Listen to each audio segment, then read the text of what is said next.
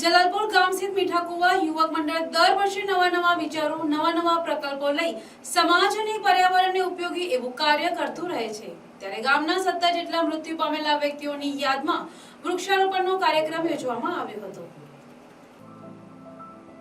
જલાલપુર સ્થિત મીઠાકુવા યુવક મંડળ દ્વારા હાલમાં જ મીઠાકુવા વિસ્તારમાંથી જેઓએ પોતાના જીવનમાં સમાજ માટે મહત્વનું યોગદાન આપ્યું હોય અને અવસાન પામ્યા હોય એવા 17 વ્યક્તિઓ અને સર્વ માતૃપિતૃની યાદમાં વૃક્ષારોપણ કાર્યક્રમ યોજવામાં આવ્યો હતો। આ વખતે કાર્યક્રમ સાથે વૃક્ષ જાળવણીની જવાબદારી પણ મીઠાકુવાના યુવાનોને ફાળવવામાં આવી હતી, જેથી વૃક્ષ રોપ્યા પછી એનો યોગ્ય ઉછેર અને યોગ્ય જાળવણી થઈ શકે અને સાચા અર્થમાં વૃક્ષારોપણ સાર્થક નીવડે, જે તે વિસ્તારની રોનક બદલી નાખે એવું આ વૃક્ષ છે।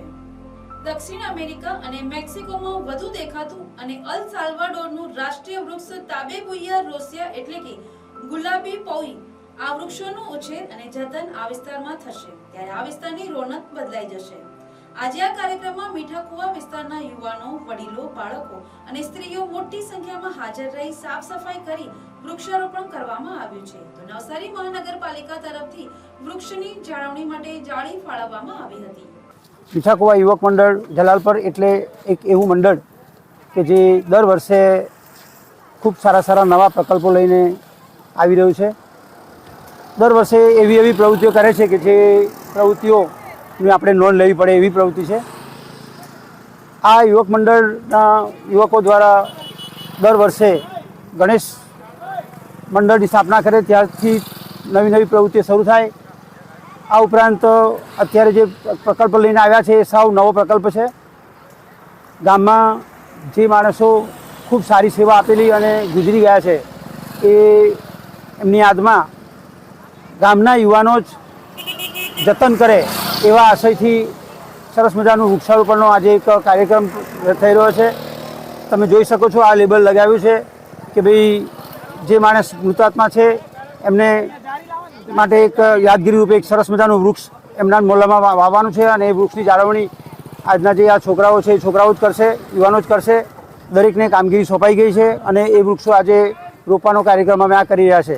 અગાઉ પણ આવો એક પ્રકલ્પ આજ મીઠાકુવા દ્વારા કરવામાં આવેલો અને 3 વર્ષ પહેલાં રોપેલા ગુલમોહરના ઝાડો આપણે શેરીમાં લહેરાતા જોઈ શકીએ છીએ અને આજે જે આ વૃક્ષ રોપી રહ્યા છે એ વૃક્ષ જે દક્ષિણ અમેરિકા અને મેક્સિકોમાં જોવા મળે છે એ વૃક્ષ ખૂબ સરસ મજાના ફૂલ આપે છે। જ્યારે એના ફૂલ આવશે ત્યારે પિંક કલરના ફૂલો આવશે અને એ ફૂલોથી આ વિસ્તાર આખો શોભી ઉઠશે। તો આ મીઠાકુવાના જે યુવકો છે એ ખૂબ નવા વિચારો, નવા આઈડિયાઓ લઈને આપણી સમક્ષ આવે છે। તો દર વર્ષે એનું પરિણામ આપણે જોઈ શકીએ છીએ અને ખૂબ મહેનતુ છોકરાઓ છે અને ખૂબ સંપીલા છોકરાઓ છે। આ એક વિભાગ જ એવો છે કે જ્યાં તમે અત્યારે જોઈ શકો છો કે કેમેરા પણ લાગેલા છે, એક શેરીમાં CCTV કેમેરા પણ મુકાઈ ગયા છે। તો ખૂબ જ ઉત્તમ કામગીરી અહીં થઈ રહી છે। જલાલપુરના મીઠાકુવા યુવક મંડળ દ્વારા એક વૃક્ષારોપણની પહેલ કરવામાં આવી છે।